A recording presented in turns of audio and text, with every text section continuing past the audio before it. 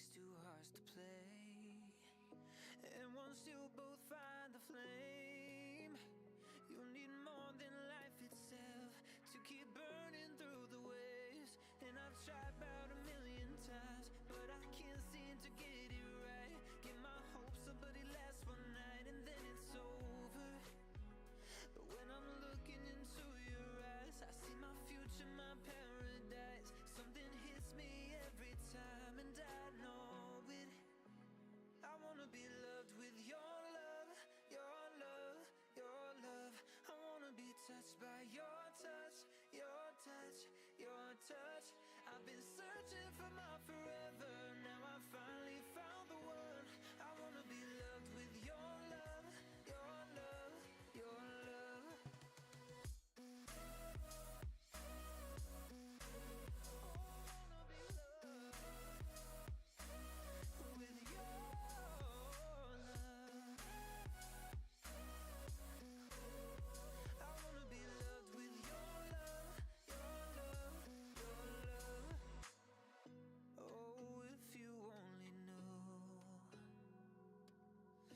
Just how far I've fallen to get to you. And if you wanna know the truth, I've been scared to open up, 'cause you're the one thing I can't lose. And I've tried about a million times, but I can't seem to get it right. Get my hopes up, but it lasts one night and then it's over. But when I'm looking into your eyes, I see my future, my paradise. Something hits me every time and I know it. I wanna be loved with your love, your love, your love. I wanna be touched by your touch, your touch, your touch. I've been searching for my forever, now I finally found the one. I wanna be loved with your love, your love, your love.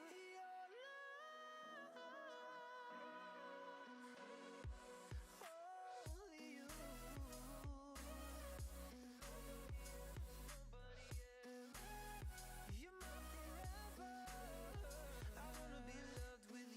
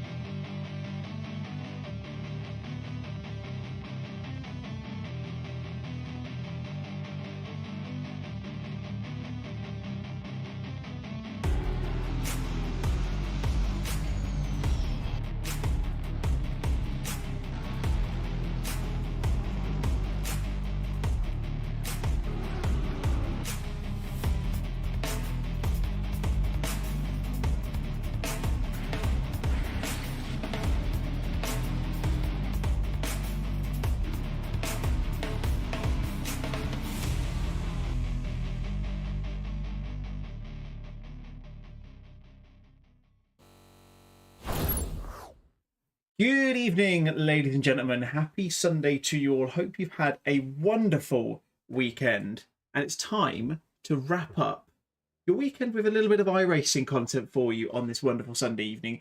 This is the Positive Perception YouTube channel. It is lovely to have you all. Thank you for those of you who have tuned in already. And thank you to those of you who will tune in and watch us back over the coming weeks, months and years as we go into the future as well. My name is David Russell. I'm joined in the commentary box tonight by my good friend Ash Coupland. And we are here to bring you races 3 and 4 of round 2 of the Tanso GR86 Sunday League on the iRacing service. Was going to be something we are going to do last week, but you know what? Stuff gets in the way. So we're very, very much looking forward to bringing you this, and we'll be bringing you every round exclusively on the Positive Perception YouTube channel for the rest of the season for the next handful of rounds as well. So make sure if you haven't done, you've got that subscribe button ticked. You've got the little bell notification enabled so you can see every single stream we do for the next handful of Sundays as well. Ash, good evening to you, mate. I know you're feeling a little bit under the weather, but I'm sure I'm sure a nice little evening of action-packed and high octane racing will get you through it.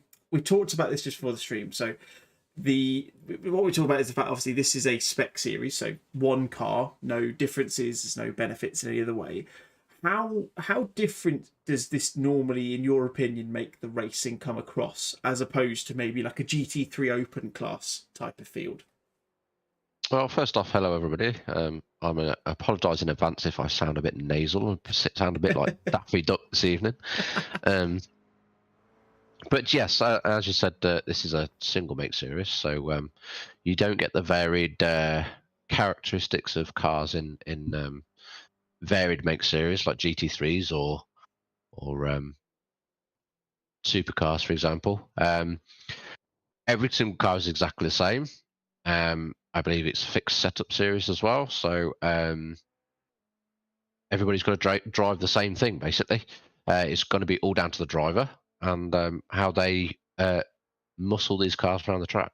Absolutely. I was going to say it puts a lot more onus on the skill and the ability of the driver, doesn't it? And I think with the guys over here at Tanso having this kind of pro and am class field, we'll come to how they're differentiated when we get onto the actual racing itself. The guys are currently in qualifying at the moment, so it's a lone 10-minute qualifying session. So we can't show you what they're doing, but we'll get the grid and everything in the next probably 5 or 6 minutes or so. But you can see the fastest laps coming in, which I've just noticed, which is quite clever. Let's just turn that off for a minute because we don't need to worry too much about that. I don't want to ruin the surprise of who's going to be going potentially on pole. It could be Mark Robinson, as you might have just seen. But tonight we're at Rudskogen Motorpark. So one of those tracks where, I mean, I don't know if you're in the same boat as me, Ash, but not a track I know very well, to be honest. I've driven it a little bit on the service, but I've never actually watched a race here. I don't know if you have. No, I've not even driven it. It's not a track I've had a chance to drive. I think it was on the list for the last series of TCR, which is what I drove last series, but I think I must have been busy that week. I didn't get a chance to go around it. I hear it's a nice track. I hear it's quite technical. Apart from that, that's about as far as my knowledge goes, to be honest. I've driven it, but not in the GR86s, I'm pretty sure. I've only driven the GR86s once, and that was, I think it was around VIR. So not for me. I've driven the Ferraris around here. I think I've done a bit of the Mazdas as well, maybe. I can't remember. But I suppose there's no point me asking you kind of where you might expect to see the action, because if neither of us ever really watched a race around it, it's a venture into the unknown. But if the practice times that you and I have seen are anything to go by, it looks like a really, really close grid, doesn't it? So 2 races should be a lot of action for us, I think, to call over tonight. Oh yeah, definitely. I say we've seen just over 2.5 to 3 seconds separating the whole 48 car field I think we've got tonight. So yeah, plenty of cars on track, and which always means plenty of action. So we should have a good couple of races on our hands tonight. Yeah, absolutely. You mentioned a couple of races. So for those of you who've not joined us before, welcome along. Like I say, we're going to be doing the rest of the season exclusively here on the Positive Perception YouTube channel. So if you haven't done, make sure you hit that subscribe button and the like button as well, because it helps the algorithm, gets everyone else seeing it as well. And I can guarantee you we've done one of these as a bit of a testing broadcast in the last season, and I can speak on behalf of myself, Ash, and everyone else involved at Tanso and telling you that the action here is amazing. There's so much going on because there's such a close quality of drivers as well. But as I was saying, as I've lost my train of thought entirely, 2 races. So 2 20-minute races once qualifying is done and dusted. First one is just a lights to flag. Second one is also lights to flag, but the top 12 cars from the first race are reversed for the second one. So I think, Ash, with that sort of thing, I know reverse grids can maybe be a bit hit and miss for some people. I personally love them. I know people that don't, but that adds an extra element of jeopardy into the mix, doesn't it? Because you've got those faster guys from the first race who are going to be really kind of trying to get the points on board, aren't they, through the rest of the second race? Yeah, definitely. I mean, not only that, with the field being so close, it's not going to be easy for these guys to make the way back through the field. They are going to have to fight for them places. But it also gives the opportunity for the guy who then starts on the front of the grid a chance to pick up some decent points and try and defend his position as best as he can to pick up as much points as he can. Absolutely. Speaking of points as well, we might as well turn our attention to the standings very briefly. So in terms of the pro standings, after the first couple of rounds last week at Okayama, Harry Fox leads the way. He's got 85 points to kick things off in the first 2 races. Josh Wiggins and Eugene Raber are very close behind them, along with James Boats and Aaron Kirby, who are all within 3 points of each other from second down to fifth. So nice and close after that first couple of races. Scott Kostrick, Daniel Ware and Marcus Law, Mark Brown and Rob Sutherland round out your top 10 on the pro side. And then the AM side of things, Martin Lee leads the way in that one. He's got a 9-point gap back to Jack Wyborn and James Howells, who's, again, both very close, only a point separating those two on the AM side. James Bostock and Ayrton Hadfield, they're sitting on the lower parts of the 60s as well. Marcus Richardson, Philip McConaughey, James Pallow, Joey Willoughby and Mark Proctor rounding out the top 10 on that side. There is loads of people. There's 30 guys signed up to each one. I wish I could fit all of them onto the screen, but I think you'll all agree if I did that, I don't think anyone would really see anything, to be completely honest. It wouldn't be very likely we'd see much racing if we went through the whole standings list. Exactly, yeah. We've only got a minute or so left to qualify, so yeah, it's probably better for us if we don't go and do that straight away. One of the things just to talk about before we wait for the session to finish and we go through the grid for the first race is the rest of the calendar. So it talks about the first round that was at Okayama International, that was last Sunday. Obviously tonight we're at Rudskogen, Sunday next week, so this is a weekly thing for the next 4 weeks after this one. We're at Brands Hatch at the GP layout for that one, which is one that I'm very much looking forward to. I think it will give us a bit of a TCR, a bit of a BTCC vibe, watching these little hatchbacks throw their way around there, which would be good fun. Over to, I think it's New Zealand, for Oran Park Raceway on Sunday the 9th, the Silverstone National Circuit on the 16th, and then wrapping up, Ash, with one of my personal favourites, I'd love to get your thoughts on it as well, but Donington Park GP on the 23rd of April. It's a track that I've been to for quite a few things, music, racing and everything else in between. It's a proper good track to finish a season on, isn't it? Yeah, Donington is probably my favourite track. I've been to Donington countless times, mainly for bikes rather than cars, but I've been to the BTCC and I've also been to some vintage car stuff over the years. I've been there when they used to hold Ford Fair back in the days, so we used to do some track days up there. So yeah, Donington's a fantastic track. It's always been a fantastic track. Absolutely. The GP circuit will provide probably a little more action because it's a shorter track, so you're going to get cars coming up on lap traffic a lot quicker. So that'll be another aspect to add into the mix for when we go there. Absolutely. Something to look forward to, that much is sure. Big shout out to Aaron Kirby in the chat. Big up the Pospoil crew. Oi, oi. He is on the grid for this evening, hopefully having a good display to finish off where he left off in the first round. I think was he P5? I think it was in there a second ago. Right, I think qualifying is just finished, so I'm going to try something out that we've never tried before. But let's run through the grid if we can for this particular session. There we go, it has worked. So we've got a first foray onto the actual kind of proper jazzy versions of overlays on this side of things. So James Boats leads the way off on the grid with a 133.3. He's got half a second nearly back to Mark Brown, who lines up alongside him on the front row of the grid. Eugene Weber and Neil Rocks round at the second row with Dan Wareham and Sean Weber on the third row, running up 5th and 6th. Richard Flutie and Tom Wilson are 7th and 8th, with Elliot James and Chris Round rounding out the top 10, which feels rather appropriate. Marcus Law and Dan Lewis are 11th and 12th, with Marcus Richardson and Ryan Dudley in behind them. Mark Proctor and Robert Stoughton are in 15th and 16th respectively, with Philip McConaughey and the aforementioned Aaron Kirby in 17th and 18th place. The top 20 is rounded out by Alex Fretwell and David Smith, with a number 65 behind him, which tells you how popular that name is on the iRacing service. Shane Cotton and Mark Robinson are your 21st and 22nd runners on the grid. James Howlers, Scott Kostrick in 23rd and 24th. Peter Sickdar and Stephen Parker Hamilton behind them, with Joe Willoughby, James Bostock, James Baxter and Rob Sutherland rounding out the top 30. We're going to keep going, by the way. There's quite a few people on this grid. Ayrton Hadfield and Kyle Cullen on 31 and 32nd. Andrew Weston, Jack Weibel, 33rd and 34th. Leonardo, Elijah and James Pallow, 35th and 36th. Sean Clark and Stuart Brierley, 37th and 38th. Gary Linton and Carl Lukeman round out the top 40. And we're carrying on a little bit further. Steve Derrick and Hussein Sarakadesla. I believe I've got that right. I've literally won that. I've never seen that name before.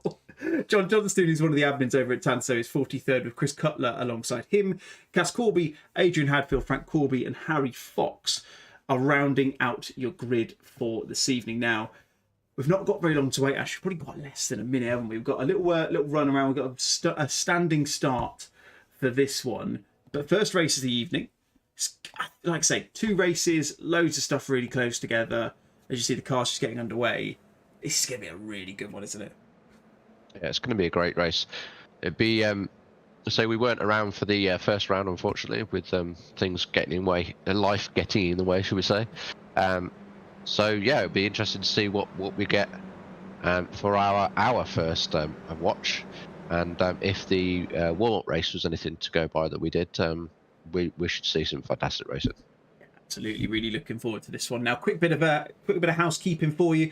Rolling start, as you can see, so just going around behind the safety car at the moment to get things underway. The numbers you can see in the blue on the left-hand side of your screen, that is that's effectively the way of you understanding your class differentiators. So anyone with a 3-digit number is racing in the Pro class. Anyone with a two-digit number races in the AM class. So Elliot James is technically speaking your AM class pole sitter. James Boats is obviously your Pro class pole sitter. But I'm looking at these. There's some lovely liveries on this grid, isn't there? I'm not going to try. I'm going to try not to focus too much on the ones that I did, because that feels a little bit of that, what do they call it, unconscious bias, I think it's called nowadays. But there's some really, really good looking cars on here with all different, I was going to say shapes, but all different colours and schemes. It's really good to see.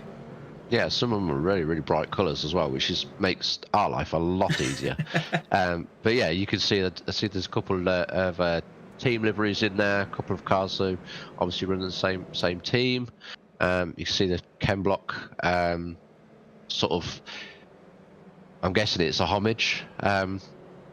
Ken Block's, I think it was one of his first liveries that he did. So yeah, there's quite a few. I think you see a Red Bull livery there and a couple of others. So you got a mix of custom team liveries and some replicas and everything you could pick out of a box, really. Everything in between as well. Exactly it. Martin Lee in the chat as well. Good evening, Martin. Gutted he has to miss out on tonight's race. I'm sure we'll see you back in soon. Hope you're feeling a little bit better. Hopefully you'll be able to get better like Ash has done, ready for this one. But we're about to get underway. We're basically just waiting for James Boats to go, and I think he has gone, to be fair. So I think we're green and underway here as we get underway for the first race evening. That is exactly the start James Boats would have wanted to make as they come steaming up in towards turn 1. Nice tight left-hander to kick things off, and it looks like it's all nice and clean and tidy as they go into the first couple of corners. And everyone is getting through as they needed to. Just look out the background, yeah, it looks like everyone's got through as expected. Looking back down through the top 20, and yes, looks they go down the hill for the first time. Looks like everyone's made it through without any major issues. Good start for James Boats though, Ash. He got what he needed. He got a really good start off the front there. He's arguably fallen back into the clutches of Mark Brown a little bit, but the main thing is a bit of contact there. The aforementioned Boats has gone wide, a little bit of contact there, and Brown has just given him a little bit of a nudge and promoted himself up into the lead, and that is Boats right back down on things. And I suppose his focus now is, can he get back up into the top 12 for that reverse grid for race number 2? Yeah, he'll have to pick himself up and try and work his way back into the field now. I'm just trying to have a look on the time stream, so where he rejoined. I can't quite see him at the moment with that many cars to look through, but I'll have a check and see if I can find out where he is. But yes, that has promoted Mark into first place. Had a look down the inside, just caught the rear quarter of the car, so we'll see if anything's said about that after the race. But apart from that, it looks like everything else looked a bit pretty much clean to me. It did indeed. You can see that. I think James Boats just saw him back down into 17th now, I believe. So a little bit of a bad start for him. But well, luckily he's looking like he's getting around everyone else. He's having to avoid everything else that's going on as well. But at the moment, is managing to keep things on the straight and narrow, which is all he needs after that rather entertaining start for himself. But as we go through the first lap, it's Mark Brown who leads the way, from Eugene Weber and Neil Rocks in the top three. Dan Wareham, Sean Weber, Richard Flutie, Tom Wilson, Elliot James, Chris Round, who's your man on pitch at the moment, and Marcus Law rounding out your top 10.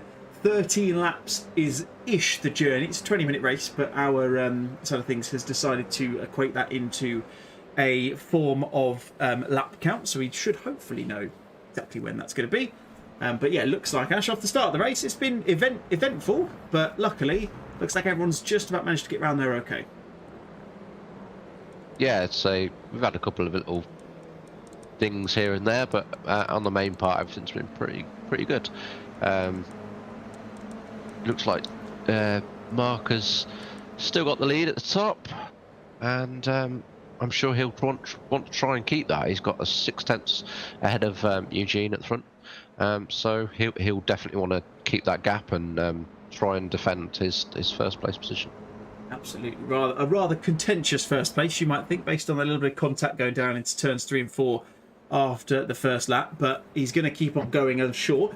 At the moment, obviously, he'll be starting 12th on the grid when we reverse for that one, but that's not really a focus for him anymore. And I guess that proposes an intriguing question, Ash. I mean, look, let's fast forward to the end of this race, although I don't really necessarily think we want to straight away, as Mark Brown puts in that fast lap with a 1:33.6, 200ths of a second quicker than Weber behind. But looking forward towards the end of this race, if you're around that kind of 12th, 13th, 14th kind of, even maybe up towards the kind of back end of the top 10, are you thinking reverse grid towards that back end? Are you thinking, oh, maybe if I go for 12th, I'll get that pole for the next one? Or are you in that position, is your mentality to go, right, let's get as much as I possibly can and just try and bank as many points as possible? I think it all depends on your pace. I think if you're sat in 13th and you've got the pace to catch up to 12th, then obviously you're going to go for it.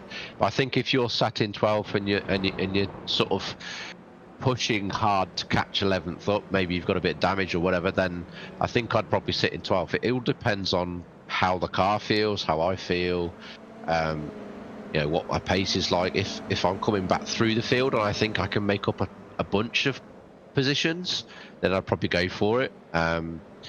If not, maybe I'd probably maybe start to think about, maybe I'll just take 12, I'll be on pole for the next one. Yeah. Hopefully I can defend and take first in the second race. Play the long game. I like it. Now, the person who is leading the AM class category at the moment is Elliot James, this man in your picture at the moment with that lovely, really nice kind of geometric style livery. Very clever indeed. I wonder, the fact that he's got the kind of the fluoro yellow winglets and wing mirrors suggests that there may be someone else on the grid somewhere who's got a similar livery, or at least maybe in other series tends to as well. Marcus Richardson is right behind as Dan Wareham this time sets the fastest lap as things continue to hot up. In fact, actually, it was an identical lap time to Mark Brown, so both are 1:33.676. So all pretty close. James Boats is up into the top 20, so he's up into P19 now. So really starting to make some moves, and obviously with 9 laps left of this race, in theory, just under 15 minutes. Actually, that gives him plenty of time, really, doesn't it, to get himself back up in towards that top 12. It's a shame he's going to be thinking he might have essentially lost a fair haul of points in his first race, but if he can get up into 12th place, wherever it is, it's putting him in a decent position, isn't it? Yeah, definitely. I mean, obviously qualifying proves that he's going to have the pace over the guys further down the field.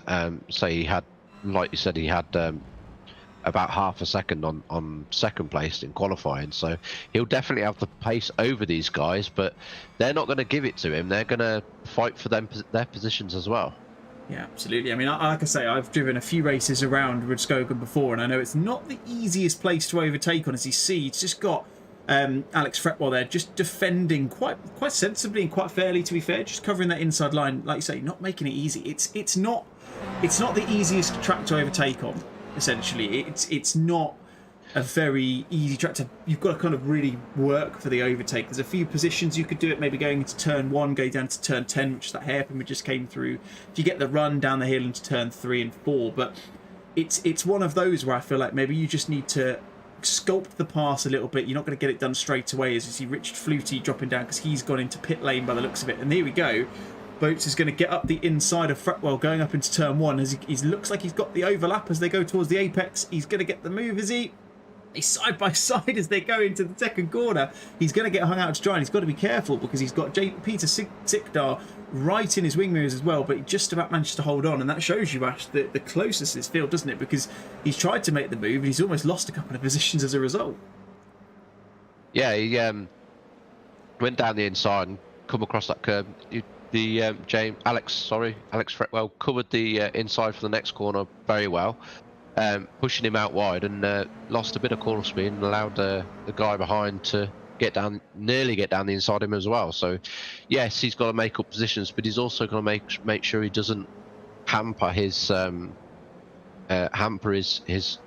momentum, because as we know, momentum is very important in these cars.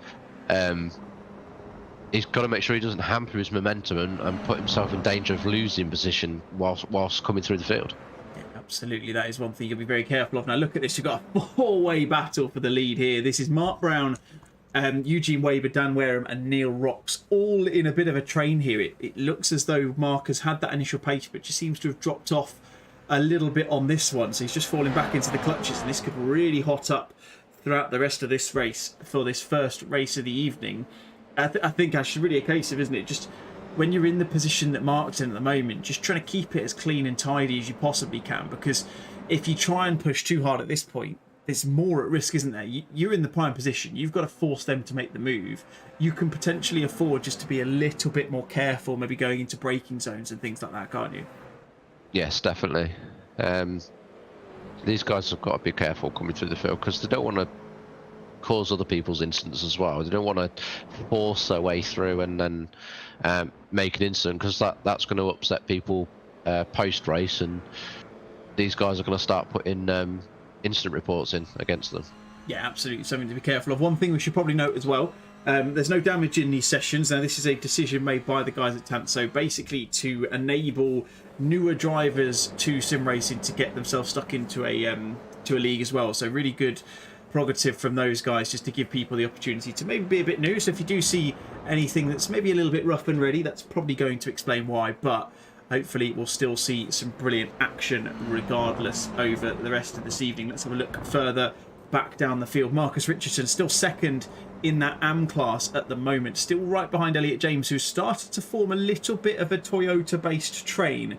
That Japanese car really started to get bigger, longer and longer, the snake behind Mr. James at the moment, but luckily for him, still in the top 10, so that's going to put him third on the grid for the reverse race, as Richard Flutie, you see up there. In fact, Chris Round dropping a couple of positions there, looked like he just backed out of that one, and as a result backs in towards that of Elliot James just in behind. But that's a really good showing from the AM guys, isn't it, Ash? I mean, look, we've got, like I say, we've got 30 people in each class, so to be in the top 10 overall as an AM driver shows me one of two things. Either you're too quick for the AM class, or you've just really comfortable in this track and this car combination, aren't you? Yeah, definitely. There's some of these guys will be the first time they've raced with this group of with Tanso Racing Group, and some of their pace may not be known to us. So you might just find that this is their rookie season with Tanso, and they've been allocated the AM position. They're just a little bit too fast for that group, maybe, or this is just a track they really get on with. You know, there's always, Marcus just taps the rear of Elliot there. Yeah, a little bit of a clumsy move I guess you would call that for a Marcus. Unfortunate there, just looked like he got a little bit hot and heavy. These cars are difficult to break in, aren't they? And I know that you've done a lot more time in these cars than I have, and I know that you like. Someone said to me, "What do they say? You've almost got to use the brake with your big toe rather than your actual left foot because they're so difficult to control under braking, aren't they? They're so prone to rear locking and the rear getting so light, very difficult to control." They are, yeah, especially at low speed. You really have to feather the brakes and feather off the brakes to get these cars to turn in and to keep corner speed, etc., etc. But you can, at low speed, if you put the brakes on a little bit too much, you can lock the rears and bring that rear end round quite easily. So you're just looking back here, Dan Wareham dropping. Oh no, sorry, it's just I need to make a change on this end. Hopefully we can do that during the break because it's just not picking up on the fact that we're jumping around the grid a little bit at the moment. But this is the battle still for P1. I saw Dan Wareham dropping right the way down the grid and I was panicking thinking what's happened here because he was second a minute ago. But no, still in second. Mark Brown still leading the way as we're over the halfway point now. We're actually well into the thick of things. We've just got 8 minutes left of this race. So they come down into turn 10, still nose to tail. The gap back to Sean Weber it's grown a bit, hasn't it, actually? Sean, I wouldn't say Sean's struggling for pace. He's clearly still very quick, probably quicker than I would be by quite some way around this circuit. But just falling back off this lead pack and creating, I want to use the term a peloton, I believe, from the days I used to watch cycling very briefly, because there's that pack of 5 or 6 drivers just sat in behind him who are all, I guess, in the position where they're going to be getting loads of really solid points on the board, aren't they, from finishing in the top 10.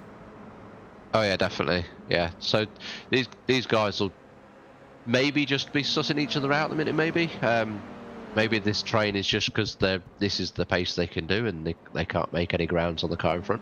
But yeah, either the trains happen because the car at front's slightly a bit slower than the cars behind, or they're just happy to follow each other. Maybe they're just having a great time being a train. You never know. I suppose it's one of those things, isn't it? When you're in that kind of train, it does help you pace-wise. Oh, Peter Sickdale, they're so sideways going into the first corner. It's impressive that you can get the back end of that car going so far through such a fast corner anyway, but manages to keep it going. He's not actually in P13 now. Again, apologies. We'll sort this out hopefully in the middle. I think it's because of the amount of cars I'm showing on the screen because I'm used to racing and I don't want the frame rate to drop, so we'll try and fix that in the break between the two races hopefully. But yeah, 5 laps to go. And Mark Brown still leading the way. Still got company in behind him, though, so he's not got it all his own way at the moment. But this is another little... well, it was a little train, but Peter's just managing to create a little bit of a gap back to... that's James Boats, I believe, behind him on the grid, on the track. But as we go towards the back end of the race, in fact, yeah, so Mark Brown's still leading the way. As you can see, Neil Rock sitting in P4 so at the back of this train. But it is one of those things that actually is so much easier... I know I'm kind of immediately contradicting myself by saying that Mark Brown's in the ideal position, but it's quite a lot easier driving at a certain pace, isn't it, when you're following the cars ahead of you, because you can effectively just follow what they do, can't you? You just brake when they brake, turn when they turn, and you can largely kind of hold on their pace just by sticking relatively close behind, can't you? Yeah, definitely. It's much easier to follow someone than it is to lead a pack, I always find. Like you say, exactly what you said. You brake when they brake, you turn in when they turn in. You can kind of figure out when they're accelerating and do the same. So you kind of just get sucked into the pace of what's in front of you. Unless you can sort of snap out of that and drive your race and try and get a bit closer and get to the point where you can actually make a move. You kind of just get into that rhythm. Yeah, absolutely. You can see here battle P26 here is Hussein Sarakadesla. He's one of the GP2 racing cars alongside James Bostock. That's Sean Clark in behind him. I know that because I did that livery. That's one of mine, which I'm quite pleased to mention. I couldn't not go through a stream without mentioning it. You know me, Ash, as well as anyone else. I think I would have had to have brought it up at some point. But this is, again, it's a big gap. I mean, I know we said that the guys were really close throughout the qualifying and throughout the practice session, but the mark of a good series, I feel, is when you can get packs of cars, or at least more than one driver at any one point, so close together. I mean, look at this. I can't even count how many cars there are. I'm going to see. Can we see if we want to? I'm counting at least 9 cars there. I don't know about you, but that really spells the quality of a league such as this, where there's still so many people on the grid, but they're not actually very different in pace. You find them just kind of naturally falling into packs, and being so many of them, it's really quite an impressive sight to see. Yeah, definitely. So you don't really want to see cars piddling round on their own, do you? Even if the pace up and down the field is different, we're sort of seeing these groups develop. Even at the front of the field, you've got a group of 4 at the front, and then another group of 4 or 5, I believe, behind that. So yeah, it's nice to see. Absolutely, yeah. Mark Brown still, in fact, was leading the way. I think Dan Wareham might have gotten that move. Pretty sure you see that one change for the lead, though. Daniel Wareham getting himself up into P1. You see it's just started to split up a little bit on for the top 4. And you can see there, that is Eugene Weber and Neil Rocks just in behind, about 1.5 seconds to 2 seconds behind the P2 of Mark Brown, as it stands with 3 laps to go in this one. 3 minutes left of this race session. We'll go a bit further down. Like you said, Ash, that little peloton group of led by Tom Wilson is him, Richard Flutie, Chris Round and Ryan Dudley and Marcus Law, as well. So looking back towards them. Now, have been a change for... In fact, no, we knew there was a change for the AM class lead, because that was Marcus Richardson, wasn't he? He took the lead because he unfortunately had that coming together with Elliot James. So Marcus Richardson's still leading the way there. But look at these guys. I mean, you've got a lap car in there as well. Can't quite catch who that is, but they're so close together. And with 2 laps left to go, Ash, I feel like no one's really worried about what you said about potentially kind of planning for the reverse grid. It just looks like they're just going for it. It's great to see. Yeah, to say most of the guys seem to have got the idea in the head that points means prizes in every single race. So they're not worried about the reverse grid. They're just going for it in every race that they do, which I suppose would probably be my mindset, if I'm honest. When I'm racing, I'm typically single-minded. I can't think about anything else. I'm not really good at multitasking.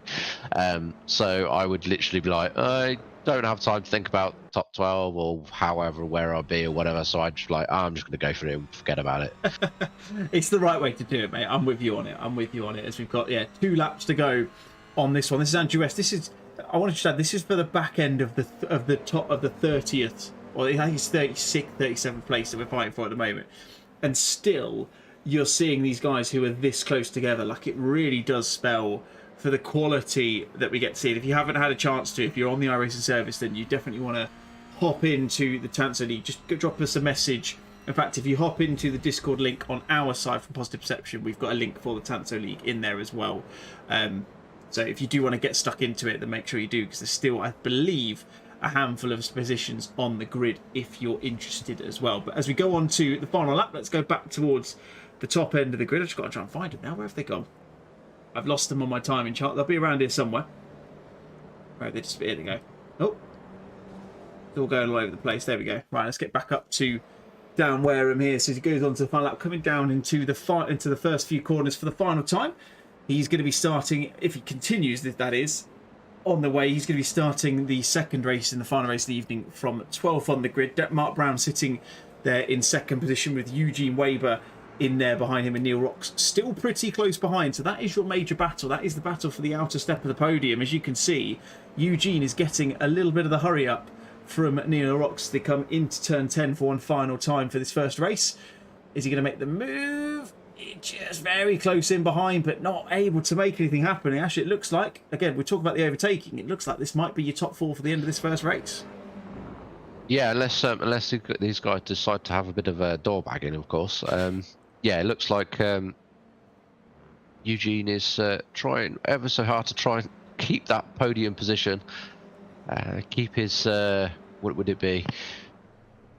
11th? No, 9th? 10th place on the grid for the next race. Absolutely. But there you go then, boys and girls. Daniel Wareham comes over. He takes the win in this first race of the evening. Mark Brown comes through in P2, and Eugene Weber, just by the barest of margins, 3.5 or 4 tenths of a second, in the end takes the final podium spot of the evening for the first race. Tom Wilson comes through just very barely as he gets a little bit of a nudge from behind from Ryan Dudley and Chris Round in P7. Marcus Law and Marcus Richardson 8th and 9th. Marcus Richardson taking that AM-class win for the first race this evening. Sean Weber comes through in P10 with, oh my word, that's a big incident there. As you see Aaron Kirby coming in there. It's all going a little bit mad here, isn't it? Which is one of those where I think that's probably the benefits of being in the sim for these ones. But let's have a quick look back at the results in this one. So as we said, Dan Wareham takes the win in the end there. Mark Brown coming through in second with Eugene Weber rounding out your podium sitters for the first race this evening. Neil Rocks, Tom Wilson, Ryan Dudley, positions 4, 5 and 6.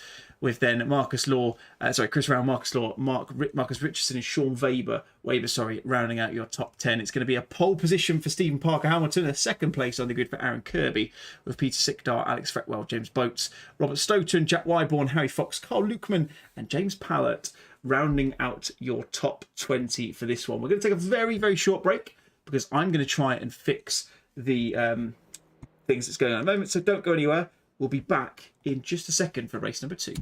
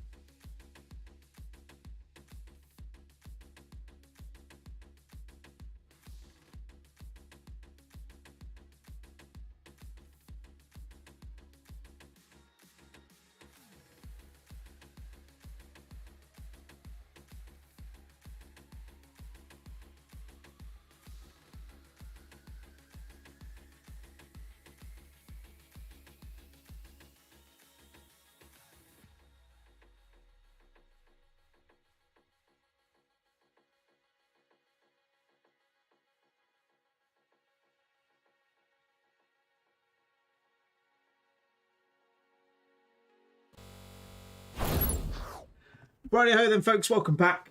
Thank you for your brief moment of patience there. Hopefully managed to fix that for this second one.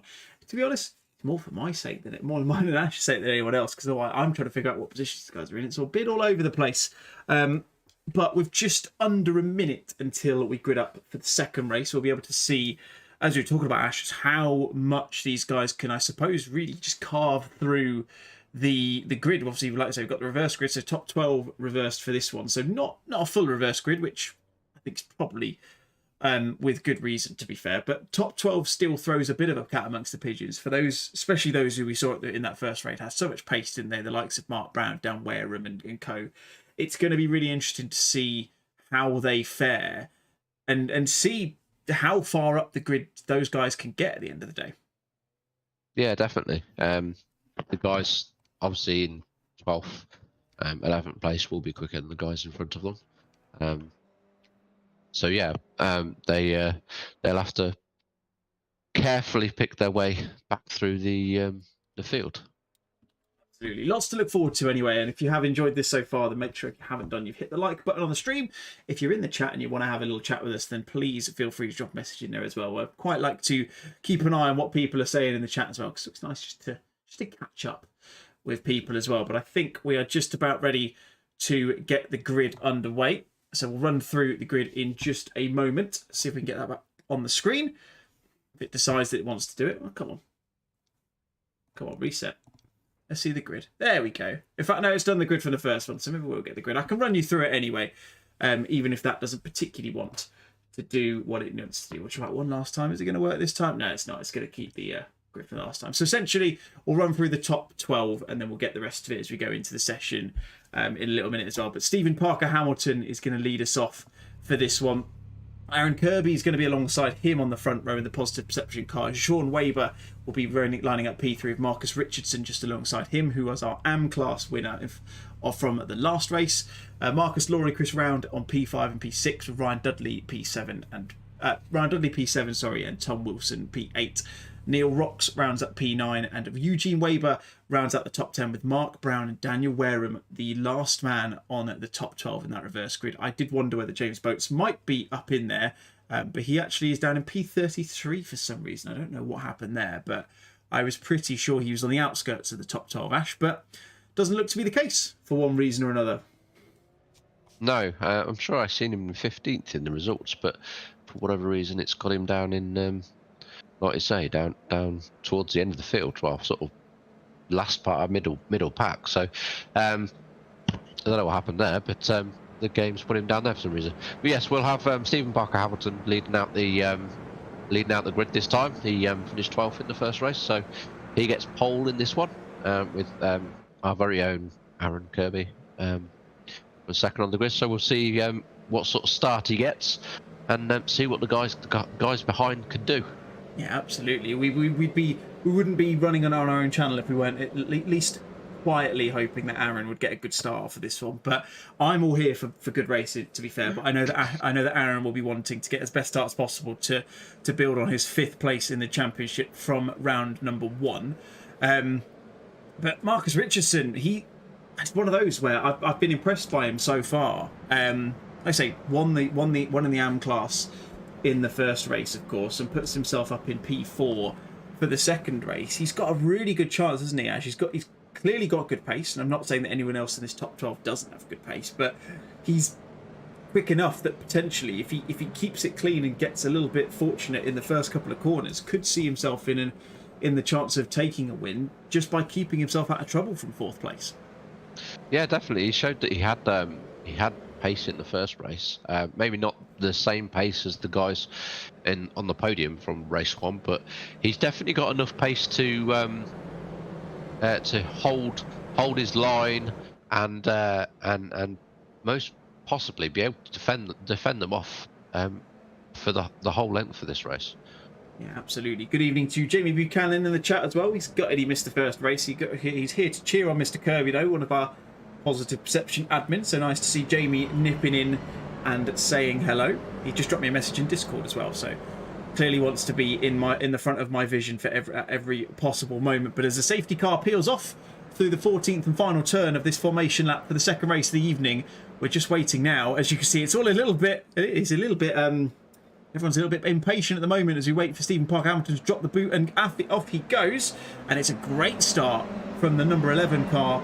Aaron Kirby under a little bit of pressure from Marcus Law as they come up towards the first corner for the first time up the hill. You can see all of those cars steaming up towards turn 1. Aaron Kirby goes to the outside. Is he going to lose position? He's going to get the inside as they go into turn 2. So it's going to be fortunate for him. He's going to hold on to that second position ahead of Marcus Law. Ryan Dudley manages to get past Marcus Richardson, and looking back down the grid towards the latter part of the top 12, it looks like Mark Brown and Eugene Weber have had a great start, whereas Dan Wareham has dropped down to P16 Ash off the start. So not the start they would have wanted, but some of those reverse grid guys making some early moves in the first couple of corners of this race. Yeah, so the movers and shakers and movers, we've got James Boats actually managed to make up 11 places so far in this race. Over that on my time screen is going a bit mad, but yeah, some guys making up some positions, some guys maybe lost some, maybe they went a bit wide or whatever and got collected by a car behind them.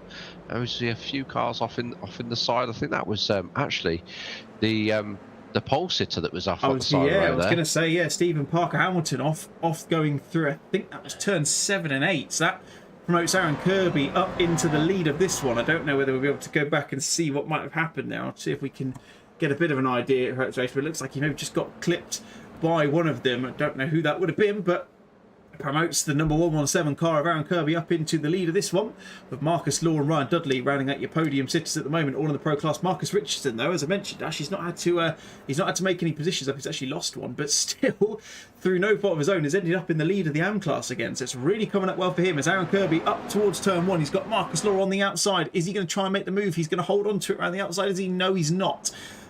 If it was me there, probably would have tried to get the outside line, but I suppose that's one of them. As he gets a really good run out of turn 2, he would have tried to have just pushed the elbows out there, wouldn't he, Ash? And Aaron would have tried to stop the move, but it looks like he's going to lose that position as they go down in towards turn 3 and 4.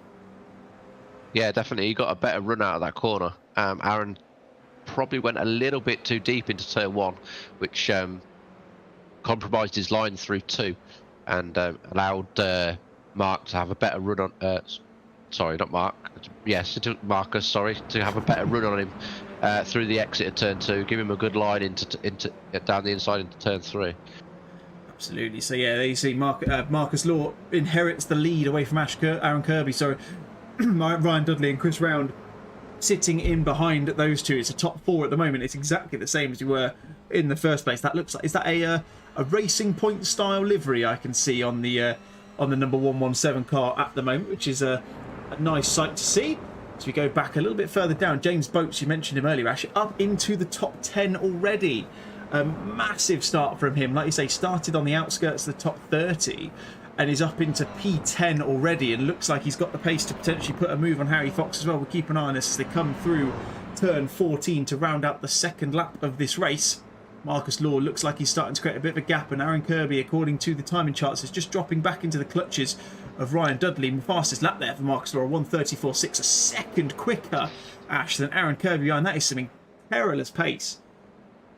Yeah, he got the move done. He's put the boot down to try and give himself a gap from the cars behind. Maybe he's thinking that Aaron. Because Aaron was sort of bottom end of the top 10 first race, it's an opportunity for him to create himself a bit of a gap. Yeah, absolutely. I'm looking at the chat. I think we've got an Alex Fretwell fan in the chat because he said 152, the rest is poo, which is not only very amusing because of the rhymingness of it, but it also means that I can clearly tell who he supports, which is great to see. Nick Anu, lovely to see you in the chat, my friend. Hope you're having a lovely evening and seeing your boy Alex putting the moves on. He's currently sitting, what's that, P8 overall, but P7 in class. So some good points on the way for that man. Robert Stoughton is handling a little bit of a train behind him, you have to say. That's Mark Brown in there right behind him, with Dan Wareham just in behind. So although those two didn't have the best of starts, it looks like they're just about managing to hold on. But Robert Stoughton, actually, it's not really the two people that you want in your rearview mirror, is it? The two guys that were the top 2 in the first race. That's pretty daunting to have coming up in your rearview mirror, isn't it? Yeah, definitely. Robert will definitely be watching his mirrors constantly at this point. Probably sweating a bit behind that wheel. The two guys behind were like you said, were second and first in the first race. So these guys will definitely have the pace over Robert. I would have thought. But again, they've still got to get past this track. Like you said, this track is quite difficult to pass on. So, as you can see, Mark Brown just trying to get down the inside of Robert. Does he get the move done? Yeah, it looks pretty clean to me. It was a very clean move indeed from Mark there. Really nice and nice, clean, concise move is probably the best way to put that as well. He just went for the move, braked that bit later than Robert did, and just got that move done. Now Dan's going to have to try and make sure, realistically, that he follows Mark through as quickly as he possibly can, looking down the inside into turn 3 as they come down the hill. Really tricky braking zone, this one, in any car, especially in one of these little mini Toyotas. Is there, Dan proves the point that I was just talking about, loses the back end, and big bit of contact. That Stephen Parker Hamilton being caught up in that as well. I was about to call back to the fact that he was back into the top 20 after getting caught up on the first corner. And realistically, Ash, I don't really think there was a lot that Stephen could have done there. It looks like he was very much a passenger in that incident, unfortunately. Yeah, definitely. He just had a car just appeared sideways in front of him halfway through the corner there. There wasn't much he could do about it.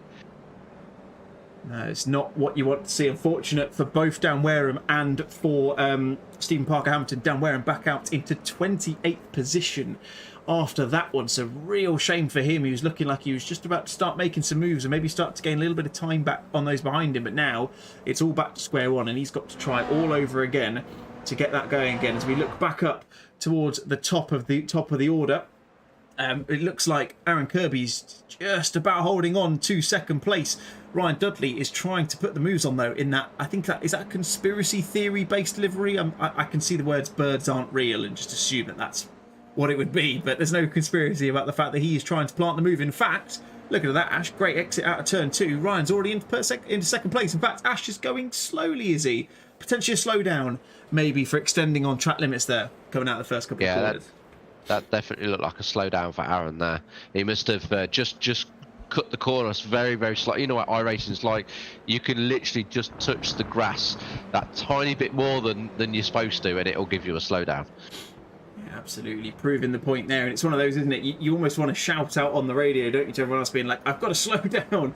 But it's such a frustrating one because you've got, what, 30 seconds to clear it, and it really does feel like it's taking an eternity to get rid of. Look at that, Ryan Dudley getting the back end of that GR86, just spinning up in and getting that little bit of extra traction to go into turn number 10. That's a lovely Red Bull livery of Chris Round in behind there. That's, what is it, it's almost like a silver chrome kind of colour and then a matte black on the front. It's almost like an alternative, like an inverted version of your standard livery. That's really nice. Yeah, it's a nice livery. That it's more like it might actually be like a chrome on the back of that car. But yes, Marcus has managed to stretch out a 3.5 second lead at the front now. Getting past Aaron early has definitely served him well. We'll see if Ryan and Chris have got the pace to catch him up in the second half of this race. Absolutely. James Boats, in the meantime, he's up into P6. We see a pole sitter for the first race, got caught up in an incident in the first one. He's now got Aaron Kirby for company, who's covering the inside line as they go down in towards turn 3. He's not got that slowdown penalty he had last time. As there's a battle for P2 heating up in the front of there as well. I've got to try and keep an eye on both of these. This is where I need someone to buy me a second PC. Is on his contact between Chris Round and Ryan Dudley, and ironically he does go round and luckily just manages to get out of the way. The rejoin was a strange one, but arguably it was probably the safest thing to do because he got right out of the way. There's all contact in the background. It's Mark Brown, I believe, getting caught up in an incident there with Robert Stokes. In fact, no, it is the aforementioned Chris Round. Oh, the rejoin is a little bit squirmy. Oh, dearie me. How no one's got caught up in that, Ash, I have absolutely no idea. No, that rejoin was a bit questionable. I'm sure, I'm fairly confident that his rejoin from the earlier incident might have been what caused the incident with Mark Brown, but as we didn't see it, we will never know. Yeah, that was it. So normally we'd sort of tell them to keep beside the track until the traffic's gone through, but obviously, excuse me. Obviously, you don't want to do that as a driver. You want to get back on track as soon as possible. Try and make some places back up. It is a tough one, isn't it? I've been in that position many times. I know you and I both have been, to be fair. But you, like you say, you just want to get back out into the race as soon as you possibly can, can't you? Because it is so frustrating. You've made the mistake. There's all a bit of a coming together between two cars there, just at the back end of your screen. I didn't quite catch who they were. I think that might have been Ayrton Hadfield and Jack Wyborn, I believe. It's so difficult to tell because there's so many people on track at the moment, but there's lots going on. Rob Sutherland, you can see on the inside. Nice move there. In fact, no, sorry, he's the one losing the position. My apologies to Tom Wilson just ahead of him. So just dropping down into P19. But as I was saying, it's a real tough balance, isn't it? Because like you say, the right thing to do is to just really patiently just wait a second, just give it a bit of time, and then wait until you've got the chance to get that car going again. But it can be really difficult not to just put your foot down and just keep going, isn't it? Oh yeah, definitely. It's every bit of your racing instinct thinks I've got to get back on track as soon as possible, but a lot of the time the right thing to do is just to wait until it's safe to do so and then rejoin safely. Absolutely. Let's go back up towards the higher part of the race. This one, Aaron Kirby not having the rest of the race he would have wanted, as we're on to lap 7, coming on to lap 8 of 13. We're just over halfway in this final race of the evening. He's got Harry Fox for company. James Boats has managed to get past them and up into P4. Neil Rocks is just behind. In fact, Neil Rocks was the man who finished P3 in the end in the last one, if my memory serves me correctly, P3 or P4. So he's had a fantastic show to get up onto the back of the top 2. But realistically, Marcus Lorash looks like he's made a bit of a move and looks like he's really just kind of disappeared off up the road. Yeah, he's over 5-second lead now, so he's checked out. Obviously, the incident between Ryan and I can't remember what his name is now. The Red Bull livery car, shall we say? Before his name I comes can't back remember to me. either. Yeah, that incident obviously meant that he could eke out a little bit more of a gap. He's got 5 seconds at the front now, so he should be plain sailing without any incident. Should be plain sailing for him at the front now. Ryan's going to have to do some serious last times to pull that gap now, I think. Yeah, absolutely. Chris Round is the one we were thinking of. I've just scrolled my eyes back through the timing board while you've been talking about that, and I've just remembered it was Steve Round. Steve Round? Have I just got that name wrong again? Chris Round, sorry. I've seen Steve and it's thrown me completely. Yeah, Chris Round was the one who was caught up in that one. So yeah, like you say, I think Ryan, with all due respect, has to be paying a little bit more focus to his defending rather than his times at the moment. Because look at this, Real Rocks is trying to go around the outside of turn 12. Probably not the best place to make a move. I think he's probably better off waiting for a minute. But this is giving James Boats all the encouragement he will need to think, okay, cool, I can get on the back of this. And as he has done, he's within a few tenths of a second. And this has become a three-way fight, Ash, for P2 on the grid. And it's exactly what we wanted to see. This is exactly what these reverse grids kind of show up, because you get differences in pace, differences in speed between these drivers. And as a result, you've got people who can potentially defend very well. I always tend to find that those, and I'm not saying any of these guys are, by the way, before anyone reads too much into this, but I find that those maybe who aren't as quick can be really, really good at defending. I don't know if you've ever found that as well, but yeah, really kind of spices things up and gives us lots to look out for in these second races. Yeah, James has really got some pace in this race. His fastest lap is over, just probably over a second faster than these two guys in front. So he's definitely got the pace on the two cars, but having the pace and getting past is two very different things. He'll want to get past these guys as soon as possible to even have a chance at trying to catch up with Marcus at the front. Absolutely. I would probably say there's probably not enough time left in the race for him to catch up, but looking at his pace, he's got the ability to do anything. He's been very quick in race 2.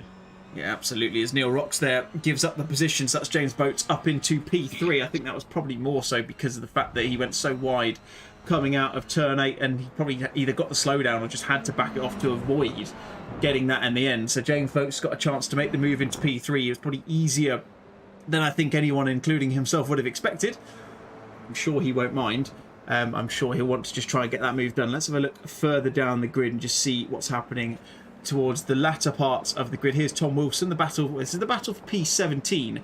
It's Gary Linton at the front of this, with Tom Wilson on your picture, who is almost pushing, or being pushed, I should say, around the final couple of corners by Mark Brown, who's had an eventful second race after a very impressive second position in the first race this evening. Ayrton Hadfield is in this little gaggle of cars as well. And if we go further back, we've got Jack Wyborn, who has then got Mark Proctor in behind him, Sean Clark and Daniel Lewis in behind them as well. So lots of stuff going on. All the rest of the guys behind are a little bit further adrift from each other. So as a result, we're going to drop back up, and we're back onto the Racing Point livery suit of Aaron Kirby in the Positive Perception machine, who is holding on to P6, Ash, but he's not having the race he probably would have wanted, because it seems like every time we look at him, he's under pressure from someone else. Yeah, he obviously didn't have the pace of the guys in front, because that's why he was in P11. I'm sure Aaron won't mind me saying that, but he's doing the best he can to defend them positions, try and improve his position in this race too, try and keep hold of his good position in the championship. But yeah, he's definitely getting a lot of pressure from Peter behind him. Absolutely. As you see at the top end of the grid, James Boats has managed to make his way past Ryan Dudley. So that's P2 for that man. He's 6.5 seconds back. So I think you're right, Ash. I don't think there's going to be enough time or laps for the number 101 car to get anywhere near the back of Marcus Law, but we'll keep an eye on that as things progress. In the meantime, let's go back towards the battle for P6, because Aaron Kirby is still under an immense amount of pressure from Peter Sikdar, the 177 versus the 117, as they go into turn number 1 onto the 11th lap of this race. Aaron just covers the inside. Is it going to make the ultimate cutback for Peter, though, as they come out of turn number 2? Aaron's going to try and keep a really, really tight line there as he comes out of turn 2 and manages to hold on to it.